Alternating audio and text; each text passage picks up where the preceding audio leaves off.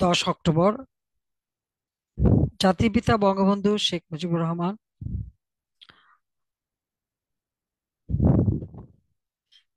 বিশ্ব শান্তি পরিষদ,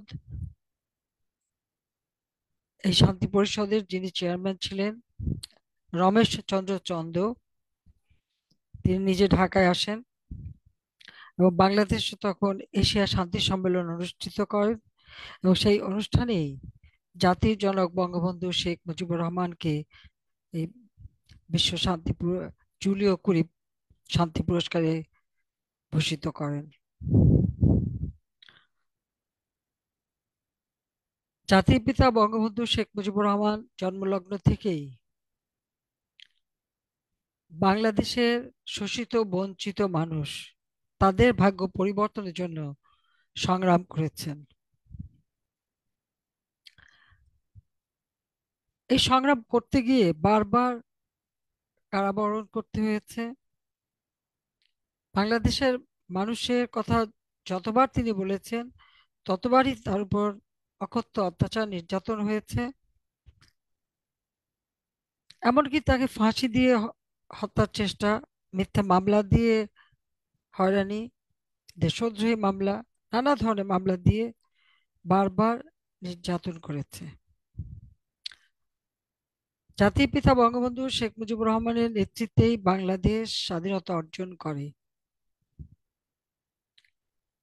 এই স্বাধীনতা অর্জনে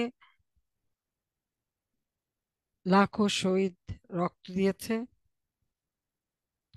অনেক মা বোন পাকিস্তানি হানাদার বাহিনী কর্তৃক নির্যাতিত হয়েছে। অনেক ত্যাগের বিনিময়ে আমরা স্বাধীন জাতি হিসেবে বিশ্ব দরবারে আপন স্থান করে নিয়েছিলাম। সেই স্বাধীনতা অর্জনের জন্য একটি জাতিকে ধীরে ধীরে সুসংগঠিত করে বাংলাদেশের জনগণকে স্বাধীনতার চেতনায় উদ্বুদ্ধ করেছিলেন বঙ্গবন্ধু শেখ মুজিবুর রহমান। তার যে ঐতিহাসিক 7ই মার্চের ভাষণ, 1971 সালে যে ভাষণে তিনি আহ্বান করেছিলেন, ঘরে ঘরে দুর্গ গড়ে তোলো, তোমাদের যা কিছু আছে তাই নিয়ে শত্রু মোকাবেলা করো,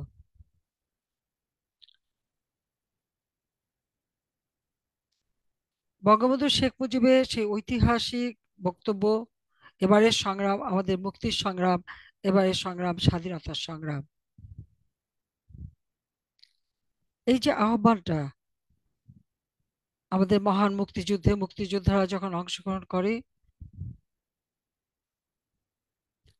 এই বাণী প্রতিনিয়ত তাদেরকে অনুপ্রাণিত করেছে।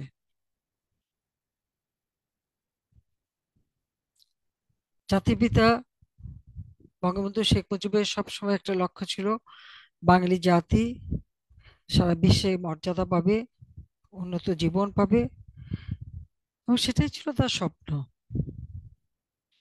আজকে বাংলাদেশের মানুষের যতটুকু অর্জন সবই কিন্তু বঙ্গবন্ধু শেখ মুজিবের চিন্তা চেতনার ফসল, তার আত্মত্যাগের ফসল। এত সংগ্রাম করে যে জাতিকে তিনি স্বাধীনতা দিলেন, আমাদের কি দুর্ভাগ্য তিনি তার সেই স্বপ্নটা পূরণ করতে পারেননি। একটা যুদ্ধ বিধ্বস্ত দেশকে যখন গড়ে তুললেন, গড়ে তুলে আর্থসামাজিক উন্নয়নের পথে যখন অগ্রসর হলেন, এবং শুধু 7ই মার্চের ভাষণ না, প্রতিটি ভাষণে একথাই তিনি সবসময় বলতেন যে বাংলাদেশের জনগণের রাজনৈতিক অধিকার, অর্থনৈতিক অধিকার, সামাজিক অধিকার, সাংস্কৃতিক অধিকার নিশ্চিত করা এবং একটা অসাম্প্রদায়িক চেতনায় বাংলাদেশকে গড়ে তোলা, এটাই ছিল বঙ্গবন্ধু শেখ মুজিবের একমাত্র লক্ষ্য। এবং স্বাধীনতার পর একটা বিধ্বস্ত বাংলাদেশ যেমন একসাথে গড়ে তোলেন, পাশাপাশি তিনি বাঙালি জাতির জন্য সেই ঐতিহাসিক সংবিধান রচনা করেন। আবার সংবিধানের শুধু রচনাই করেননি, সংবিধানের ভিত্তিতে একটা নির্বাচন করে জনগণের গণতান্ত্রিক অধিকার নিশ্চিত করেন, যেটা পাকিস্তানি শাসন আমলে বিরল ছিল।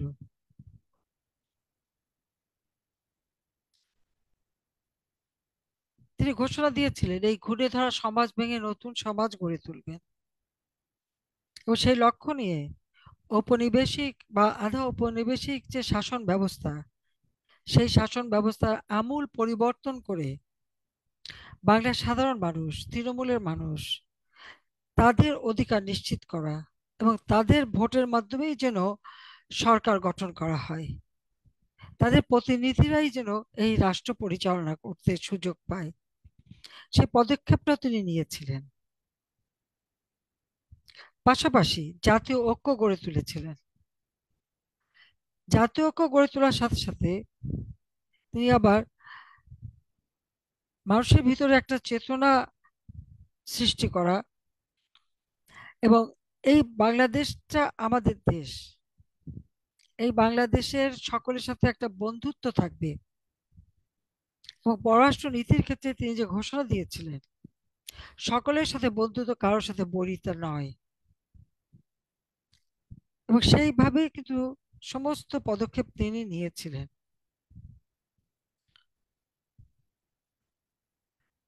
1973 সালে আলজিয়ার্সে আফ্রো এশিয়া শান্তি সম্মেলনে যখন তিনি যোগ দেন, সেখানে তিনি বলেছিলেন, আমি কোট করছি, যে বিশ্ব আজ দুভাগে বিভক্ত, শোষক ও শোষিত, আমি শোষিতের পক্ষে, আনকোট।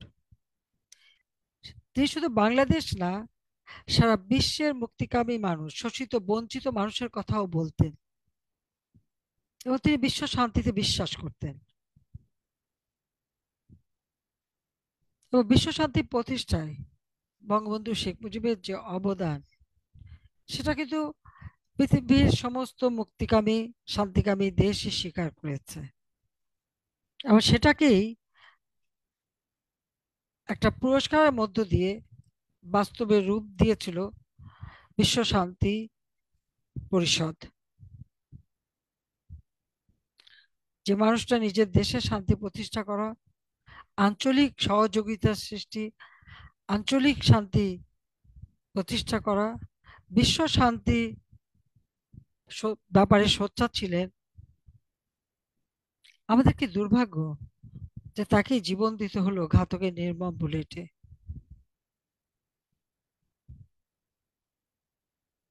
বাংলাদেশ ছিল পাকিস্তানের একটা কলোনি, 200 বছর ব্রিটিশদের দ্বারা শোষিত, এবং পাকিস্তান নামে যে রাষ্ট্রটি হয়, এই পাকিস্তান সৃষ্টির পিছনেও কিন্তু বঙ্গবন্ধু শেখ মুজিবের যথেষ্ট অবদান রয়েছে।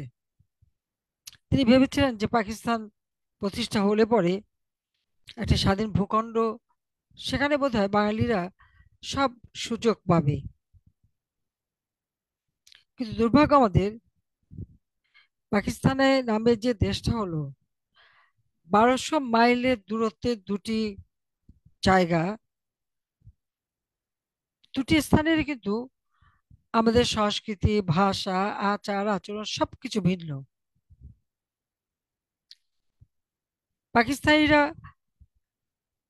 আসলে যে জায়গাটা পাকিস্তান নামে প্রতিষ্ঠা হয়েছে, সেখানে তাদের কোনো বৈদেশিক মুদ্রা অর্জনের কোনো ব্যবস্থা ছিল না। কিন্তু বাংলাদেশ তখন শিক্ষায় দীক্ষায় অর্থনৈতিকভাবে অনেকটা অগ্রগামী ছিল। কিন্তু যে বৈদেশিক মুদ্রা বাংলাদেশের এই অঞ্চল, তখনকার পূর্ববঙ্গ বলে বা পূর্ব পাকিস্তান অর্জন করতো, তা সবই ওরা নিয়ে যেত, বাঙালিদের জন্য কিছুই থাকতো না। এই যে বৈষম্য, এই বৈষম্যের বিরুদ্ধে তিনি সবসময় সোচ্চার ছিলেন এবং এই বৈষম্যের মধ্য দিয়ে কিন্তু তিনি বাংলাদেশের মানুষকে স্বাধীনতার জন্য উদ্বুদ্ধ করেন। শুধু তাই না, আমাদের এই ভূখণ্ডের নিরাপত্তার ব্যাপারেও পাকিস্তানি শাসকরা খুব উদাসীন ছিল। 1965 সালে পাকিস্তান ভারত যুদ্ধ লাগে। সেই যুদ্ধের সময় দেখা যায় যে আমাদের অংশ, অর্থাৎ পূর্ববঙ্গ বা পাকিস্তানিদের ভাষায় পূর্ব পাকিস্তান, সম্পূর্ণভাবে অরক্ষিত। সেখানে সত্যি কথা বলতে কি, যে এই অঞ্চলে ডিফেন্সের কোনো ব্যবস্থাই করা হয়নি, কিছুই ছিল না। এইরকম একটা অবস্থার মধ্যেই বঙ্গবন্ধু শেখ মুজিব 6 দফা দাবি উত্থাপন করেন। এই 6 দফা দাবিটা এমন একটা দাবি ছিল, অতি অল্প সময়ের মধ্যে সেটা সারা বাংলাদেশে একেবারে আনাচে কানাচে ছড়িয়ে পড়ে। 1966 সালের ফেব্রুয়ারি মাসে এই দাবিটা তুলে তুলে ধরেন পাকিস্তানে, যখন অল পার্টির একটা সম্মেলন হয়েছিল সেখানে। কিন্তু সেখানে এটা তারা বলতে দেয়নি, গ্রহণ করতে করেনি। সঙ্গে সঙ্গে তিনি প্রেসে এটা জানিয়ে দেন এবং ঢাকা এয়ারপোর্টে নেমেই তিনি প্রেস কনফারেন্সে বলেন এ বিষয়ে, এবং এর পরবর্তীতে এটা প্রচার কার্যে নেমে যান। আপনি একবার চিন্তা করে দেখেন, ফেব্রুয়ারি মাসে যে দাবিটা তুললেন, ফেব্রুয়ারি মাসটা কেন এই দাবি, তার যৌক্তিকতা তুলে ধরা, সেটা প্রচার করা, সেগুলি সমস্ত তৈরি করেছেন। সাথে সাথে সারা বাংলাদেশে তিনি সফর করেছেন। মানে মার্চ, এপ্রিল, মে, এই 3 মাসের মধ্যে এই দাবিটি বাংলাদেশের আনাচে কানাচে প্রত্যন্ত অঞ্চলে পৌঁছে যায়। আজকের দিনে এই কথাটা মনে রাখতে হবে যে এখন তো ডিজিটাল যুগ, আপনি একটা কথা বলে সারা বিশ্বে পৌঁছাতে পারেন, তখন কিন্তু তা ছিল না। শুধু তাই না, এখন তো অনলাইন, অফলাইন, অমুক সমক বহু কিছু আছে, তখন তো সেগুলিও ছিল না। শুধুমাত্র আওয়ামী লীগের অগণিত নেতা কর্মী। বঙ্গবন্ধু কি বলতে চান, 6 দফা কেন, তার যে ব্যাখ্যা, প্রচার প্রচারণা, লিফলেট, বুকলেট, এগুলি করে সারা বাংলাদেশে আমাদের নেতাকর্মীরা ছড়িয়ে পড়ে এবং মানুষকে উদ্বুদ্ধ করে। মাত্র 35টা দিনের মধ্যে 32টা জনসভা এবং সম্মেলন করেছিলেন বঙ্গবন্ধু শেখ মুজিব। কিন্তু এই এক একটা জেলায় যখন বক্তৃতা দিয়েছেন, সাথে সাথে তার বিরুদ্ধে মামলা হয়েছে। ওই জেলা থেকে যখন অন্য জেলায় গেলেন, সঙ্গে সঙ্গে সেখানে তাকে গ্রেপ্তার করা হলো। আবার তিনি জামিন পেলেন, সেখান থেকে আবার তাকে গ্রেপ্তার করলো। যেমন যশোরে বক্তৃতা বা খুলনায় বক্তৃতা দিলেন, সিলেটে যেতে সিলেটে তাকে গ্রেপ্তার করা হয়। পাবনায় বক্তৃতা দিলেন, সেখান থেকে হয়তো ফরিদপুরে গেলেন, সেখানে তাকে গ্রেপ্তার করা হয়। এইভাবে প্রতি পদে পদে না হলে প্রায় 8-10 বার বঙ্গবন্ধু শেখ মুজিবকে গ্রেপ্তার করে। এরপর সর্বশেষ নারায়ণগঞ্জে আদমজীতে এই 6 দফার উপর একটা জনসভা হয় 8ই মে। 8ই মে এই জনসভা 1966 সালে তিনি করলেন। করার পরে যখন ঘরে ফিরে আসলেন, ওই দিন রাত্রি 12টার পরে তাকে গ্রেপ্তার করা হলো এবং কারাগারে নিয়ে যাওয়া হলো। এই কারাগারে বন্দি করার পরে, মানে 6 দফা নিষিদ্ধ কেউ বলতে পারবে না, ইত্যাদি ইত্যাদি, বঙ্গবন্ধুর বিরুদ্ধে একটার পর একটা মামলা। 68 সালের 18 জানুয়ারি ঢাকা কারাগার থেকে তাকে মুক্তি দিয়ে গেটেই আবার অ্যারেস্ট করে। তখন ঢাকা ক্যান্টনমেন্টে নিয়ে যায়। এই যে ক্যান্টনমেন্টে নিয়ে ওরা বঙ্গবন্ধু শেখ মুজিবকে যে বন্দি করে, আমরা পরিবারের থেকে কিন্তু জানতে পারিনি। কারণ 17 তারিখ দিবাগত রাতেই, অর্থাৎ 18 তারিখ খুব প্রাতঃ সকালে, মানে বলতে গেলে মধ্যরাতেই বঙ্গবন্ধু শেখ মুজিবকে ক্যান্টনমেন্টে নিয়ে যায়। ওই দিনই বিকেলে আমাদের সাথে ইন্টারভিউ ছিল। আমি, মা, ভাই বোন সহ আমরা গিয়েছিলাম ঢাকা কেন্দ্রীয় কারাগারে। আমরা না হলে 3 ঘন্টা সেখানে অপেক্ষা করি, কিন্তু আমাদের সাক্ষাৎ হয় না বা আমাদেরকে কিছু জানায়ও না। এরপর আমরা আর কিছু জানতে পারিনি যে উনি কোথায় আছেন, কিভাবে আছেন, আদৌ আছেন কিনা। অনেক খোঁজ খবর চেষ্টা করি, আমরা পাইনি। তারপর যখন মামলাটা শুরু হলো, দেশদ্রোহী মামলা, এই মামলা শুরু হবার পর আমরা জানতে পারলাম যে না, তিনি বেঁচে আছেন। এবং আমার প্রথম দেখা মামলার প্রথম দিন আমরা যখন কোর্টে হাজির হলাম, প্রায় 6 মাস পরে আমরা দেখলাম আমার বাবাকে। আমরা এই মামলা শুরু হওয়ার আগ পর্যন্ত কোনো খবর আমরা জানতে পারিনি। সেখানে সামরিক, অসামরিক অফিসার থেকে শুরু করে অনেককে গ্রেপ্তার করা হয়। প্রায় 35 জন আসামি, তাদের উপর অমানসিক অত্যাচার নির্যাতন করে। ওই একটাই ছিল যে বঙ্গবন্ধু বাংলাদেশকে বিচ্ছিন্ন করবার জন্য যাকে চক্রান্ত করছে। এই কথা বলেই সকলের উপর অত্যাচার নির্যাতন। এবং এই মামলাটা আগরতলা ষড়যন্ত্র মামলা নামেই কিন্তু মানে পরিচিত, কিন্তু মামলাটা দিয়েছিল দেশদ্রোহী মামলা। কিন্তু এটা সম্পূর্ণভাবে আগরতলা ষড়যন্ত্র মামলা, অর্থাৎ আগরতলা এসে তিনি বাংলাদেশকে বিচ্ছিন্ন করার চক্রান্ত করেছে, সেই অভিযোগেই তার উপরে এই মামলাটা চলে। কিন্তু বাংলাদেশের মানুষ কিন্তু তা মেনে নেয়নি। 6 দফা যেমন জনপ্রিয়তা অর্জন করে, বঙ্গবন্ধু শেখ মুজিবকে অ্যারেস্ট করার সাথে সাথে বাংলাদেশের মানুষ কিন্তু ক্ষোভে ফেটে পড়ে। 7ই জুন হরতাল ডাকা হয়। এবং এখানে একটা কথা বলে রাখি, এটা সকলে জানা উচিত। আমার মা, তিনি অবশ্য প্রকাশ্য রাজনীতি করতেন না, কিন্তু এই যে বাংলাদেশ আওয়ামী লীগের বিভিন্ন দুঃসময়ে তিনি কিন্তু হাল ধরতেন। আমার এখনো মনে আছে 7ই জুনে যে আন্দোলনটা, এটা সম্পূর্ণ আমার মা কিন্তু অর্গানাইজ করেন, তিনি সব কিছু ঠিকঠাক করেন। ওই আন্দোলনে প্রায় 11 জন মতো মারা যায়, মনোমিয়া শ্রমিক নেতা সহ। সেই যে রক্তের অক্ষরে 6 দফার কথা লেখা হয়ে যায়, সেখান থেকে মানুষ আর পিছু হটেনি। তুমুল আন্দোলন হয়, ছাত্র সংগ্রাম পরিষদ গঠিত হয়। এই সংগ্রাম পরিষদের মাধ্যমে সংগ্রাম অব্যাহত থাকে, গণ অভ্যুত্থান সৃষ্টি হয়। একটা পর্যায়ে 1969 সালের ফেব্রুয়ারি মাসের 21শে ফেব্রুয়ারি আইয়ুব খান ওই মামলা প্রত্যাহার করতে বাধ্য হয়, এবং 22শে ফেব্রুয়ারি বঙ্গবন্ধু শেখ মুজিবকে মুক্তি দেয়। এরই মধ্যে তাকে হত্যা করার চক্রান্ত করা হয়, এবং গুলি করে 15ই ফেব্রুয়ারি সার্জেন্ট জহুরুল্লাহকে গুলি করে হত্যা করে এই ক্যান্টনমেন্টের ভিতরেই। এবং সেই গুলিতে আমাদের আর একজন বন্দী তিনি আহত হন। চক্রান্তটা ছিল বঙ্গবন্ধু শেখ মুজিবকেই হত্যা করার। যাক, জনগণের এই যে আন্দোলন সংগ্রামের ফলে কিন্তু আইয়ুব খান বাধ্য হয়েছিল তাকে মুক্তি দিতে। আইয়ুবের পতন হয়, আরেকজন মিলিটারি ডিক্টেটর ইয়াহিয়া খান ক্ষমতা দখল করে। তবে ইয়াহিয়া খান ক্ষমতা এসে নির্বাচনটা দেয় ওয়ান ম্যান ওয়ান ভোট, একটি ব্যক্তি একটি ভোট, এই নীতিমালায় সে আরো কিছু শর্ত জুড়ে দেয়। কিন্তু বঙ্গবন্ধু শেখ মুজিব সেই নির্বাচনে অংশগ্রহণ করেন একটাই কথা, যে বাংলাদেশের মানুষের পক্ষে কথা বলার অধিকার কে রাখে সেটা নিশ্চিত করতে হবে। এবং সেই নির্বাচনের যে রেজাল্ট, গোটা পাকিস্তানেই কিন্তু আওয়ামী লীগ এককভাবে মেজরিটি পায়। যখনই বাঙালিরা সমস্ত পাকিস্তানের শাসনভার পেতে যাচ্ছে, তখনই চক্রান্ত শুরু হয়। সেই সময় 70 সালে নির্বাচন হলো, কিন্তু মানে জাতীয় পরিষদের কোনো অধিবেশন বা প্রাদেশিক পরিষদের অধিবেশন, কোনো অধিবেশনই ডাকা হয় না। বঙ্গবন্ধু শেখ মুজিব অসহযোগ আন্দোলনের ডাক দেন। এই যে মার্চ মাস থেকে যে অসহযোগ আন্দোলন, এই আন্দোলনটা একটা অসাধারণ আন্দোলন।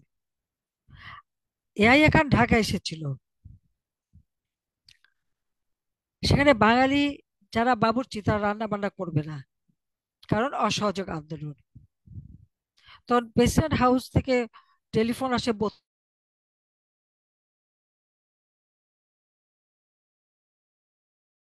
হোসেন সাহেব কথা বলেন, তাকে অনুরোধ করেন যে বাবুর্চিরা রান্না বান্না করছে না, প্রেসিডেন্টকে গরম খাবার দেওয়া যাচ্ছে না, একটু আপনারা যদি না বলে দেন তারা করবে না।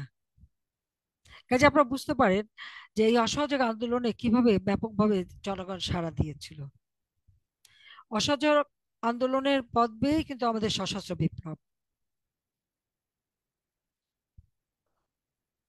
1971 সালে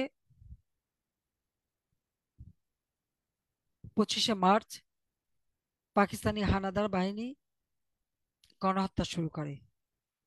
রাজারবাগ পুলিশ ফাঁড়ি, ঢাকা বিশ্ববিদ্যালয়, পিলখানা, তখনকার ইপিআর ফাঁড়ি এবং 32 নম্বর বাড়ি তারা আক্রমণ করে।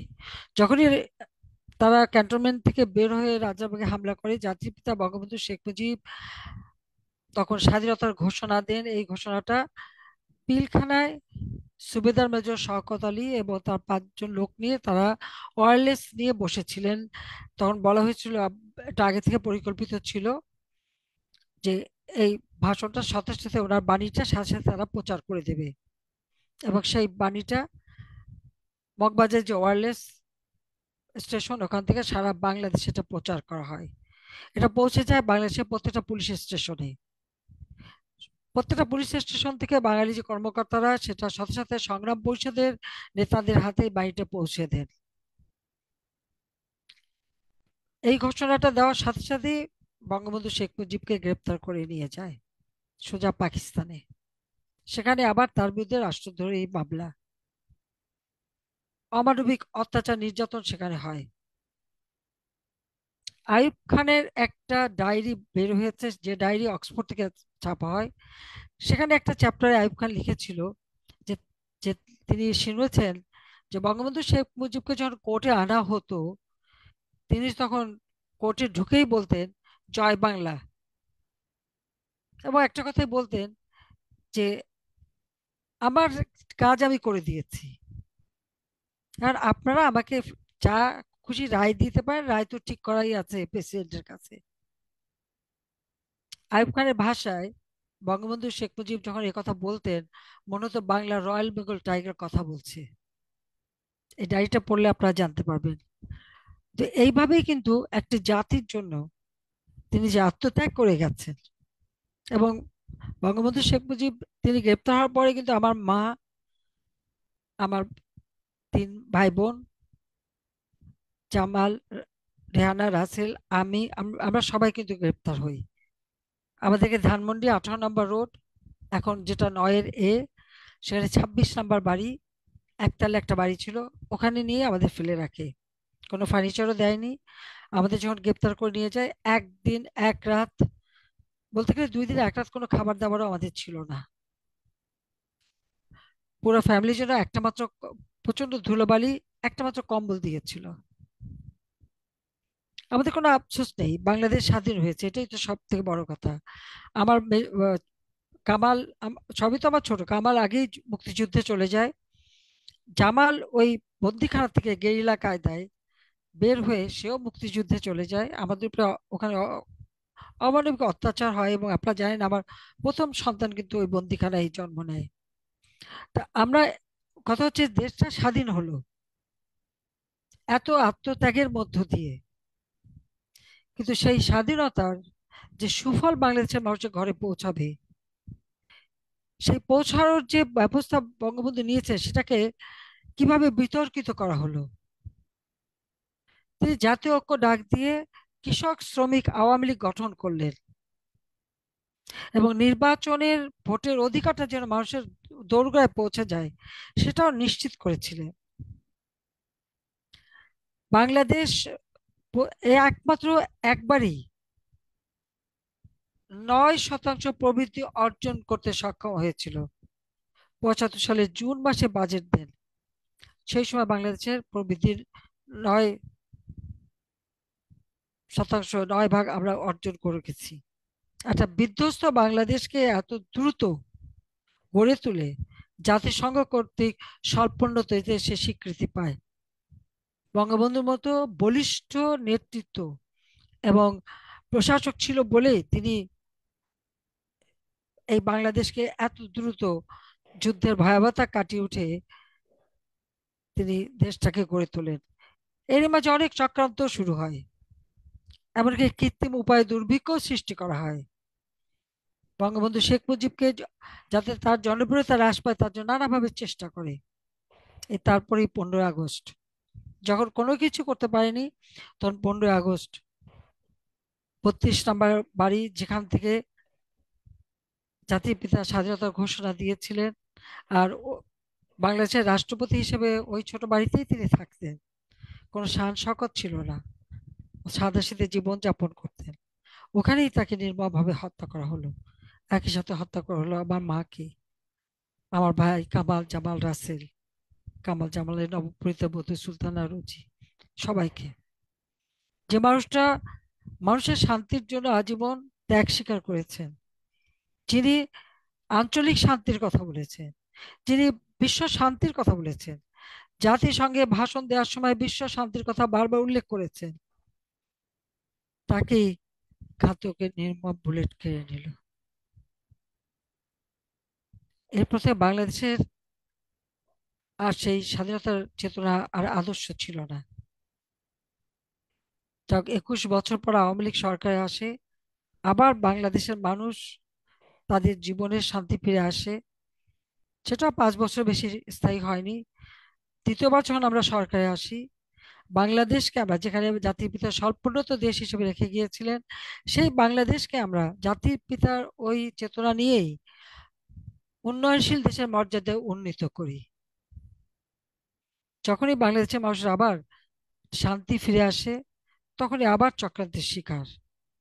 5ই আগস্ট 2024 বাংলাদেশের মানুষ আবার তার শান্তি, নিরাপত্তা, অর্থনৈতিক সমৃদ্ধি, অসাম্প্রদায়িক চেতনা বাংলাদেশকে একটি সাম্প্রদায়িক জঙ্গি গোষ্ঠীর দ্বারা আজকে বাংলাদেশের জনগণকে নিষ্পেষিত করা হচ্ছে, বাংলাদেশের ভাবমূর্তি নষ্ট করা হচ্ছে। এটাই হচ্ছে সব থেকে দুঃখের বিষয়। যিনি এই বাঙালি জাতিকে বাঙালি জাতি হিসেবে মর্যাদা দিয়ে গেলেন, একটি রাষ্ট্র দিয়ে গেলেন, তাকে চরম অপমান করা, অবমাননা করা, ওই স্মৃতি জাদুঘর, 32 নম্বরে বঙ্গবন্ধু স্মৃতি জাদুঘর, সেটাও ভেঙে ফেলে মুক্তিযুদ্ধের চেতনাকে সম্পূর্ণ নষ্ট করা, একটি রাষ্ট্র পরিচালনার ক্ষেত্রে আইনসভা, বিচার বিভাগ এবং নির্বাহী বিভাগ একে একে সব ধ্বংস করে দিয়ে আজকের বাংলাদেশ সারা বিশ্বে জঙ্গি রাষ্ট্র।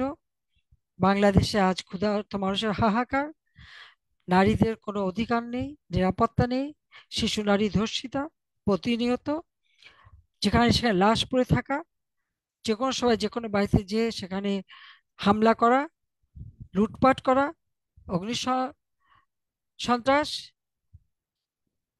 এমন একটা আজকে অরাজক অবস্থা যেটা কল্পনারও বাইরে। সে 71 সালের হানাদার বাহিনীর যে গণহত্যা এবং নারী ধর্ষণ এবং জ্বালাও পোড়াও, তার থেকেও যেন আরো খারাপ অবস্থা এখন বাংলাদেশের। আজকে জাতির পিতার বিশ্ব শান্তি পরিষদের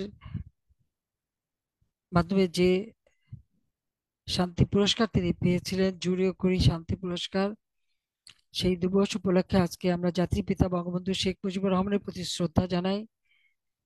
15ই আগস্ট আমার মা, ভাই সহ যারা শাহাদাত বরণ করেছেন, তাদেরও আত্মার মাগফিরাত কামনা করি। জাতীয় চার নেতার প্রতি শ্রদ্ধা জানাই। 30 লক্ষ শহীদের প্রতি আমি শ্রদ্ধা জানাই। জনগণের ভোট ও ভাতের অধিকার প্রতিষ্ঠার আন্দোলনে যারা জীবন দিয়েছে, তাদের আত্মারও মাগফিরাত কামনা করি, তাদের প্রতি শ্রদ্ধা জানাই। যে মুক্তিযোদ্ধারা জীবন দিয়ে স্বাধীনতা এনেছে, আজকে তাদেরও মর্যাদা নেই, সে মর্যাদাটাও হরণ করা হয়েছে। বাংলাদেশে সংখ্যালঘু সম্প্রদায় থেকে শুরু করে কোন শ্রেণী পেশার মানুষ, তাদের জীবনের নিরাপত্তা নেই। এই অরাজক পরিস্থিতি থেকে বাংলাদেশ মুক্তি পাক, বাঙালি জাতি মুক্তি পাক। আওয়ামী লীগ সরকার আমলে যে সারা বিশ্বব্যাপী উন্নয়নের রোল মডেল হিসেবে বাংলাদেশ মর্যাদা পেয়েছিল, শান্তির দেশ হিসেবে মর্যাদা পেয়েছিল, সেই মর্যাদা আজকে হারিয়ে গেছে। আবার আমরা যেন আমাদের সেই গৌরব ফিরিয়ে আনতে পারি, মুক্তিযুদ্ধের চেতনায় অসাম্প্রদায়িক বাংলাদেশ যেন আমরা গড়তে পারি, আজকের দিনে সেটাই আমাদের প্রতীক্ষা। জাতির পিতা তিনি শান্তির পথ আমাদের দেখিয়েছেন, শান্তির পথেই যে সমৃদ্ধি আসে সেটাই তিনি আমাদের শিখিয়েছেন। তার ওই আদর্শ নিয়েই বাংলাদেশকে যেন আবার গড়ে তুলতে পারি, সেটাই আমাদের কামনা। সেই জন্য আমি সকলের কাছে সহযোগিতা চাই এবং আমরা চাই যে বাংলাদেশের যে চিন্তা চেতনা, অসাম্প্রদায়িক বাংলাদেশ, সারা আঞ্চলিক এবং বিশ্ব শান্তিতে বিশ্বাসী বাংলাদেশ যেন আমরা গড়ে তুলতে পারি, আমরা সেটাই চাচ্ছি। সবাইকে ধন্যবাদ। জয় বাংলা, জয় বঙ্গবন্ধু, বাংলাদেশ চিরজীবী হোক। শ্রদ্ধা নেত্রী, আপনাকে অনেক অনেক ধন্যবাদ ও কৃতজ্ঞতা। প্রিয় দর্শক, জুলিও কুরি বঙ্গবন্ধু এবং বঙ্গমাতার সঙ্গে শাহাদত বরণকারী সকল শহীদদের আত্মার মাগফিরাত কামনা করে এখানেই শেষ করছি। জয় বাংলা, জয় বঙ্গবন্ধু, জয় শেখ হাসিনা, বাংলাদেশ আবার জয় চিরজীবী হোক। শাহ।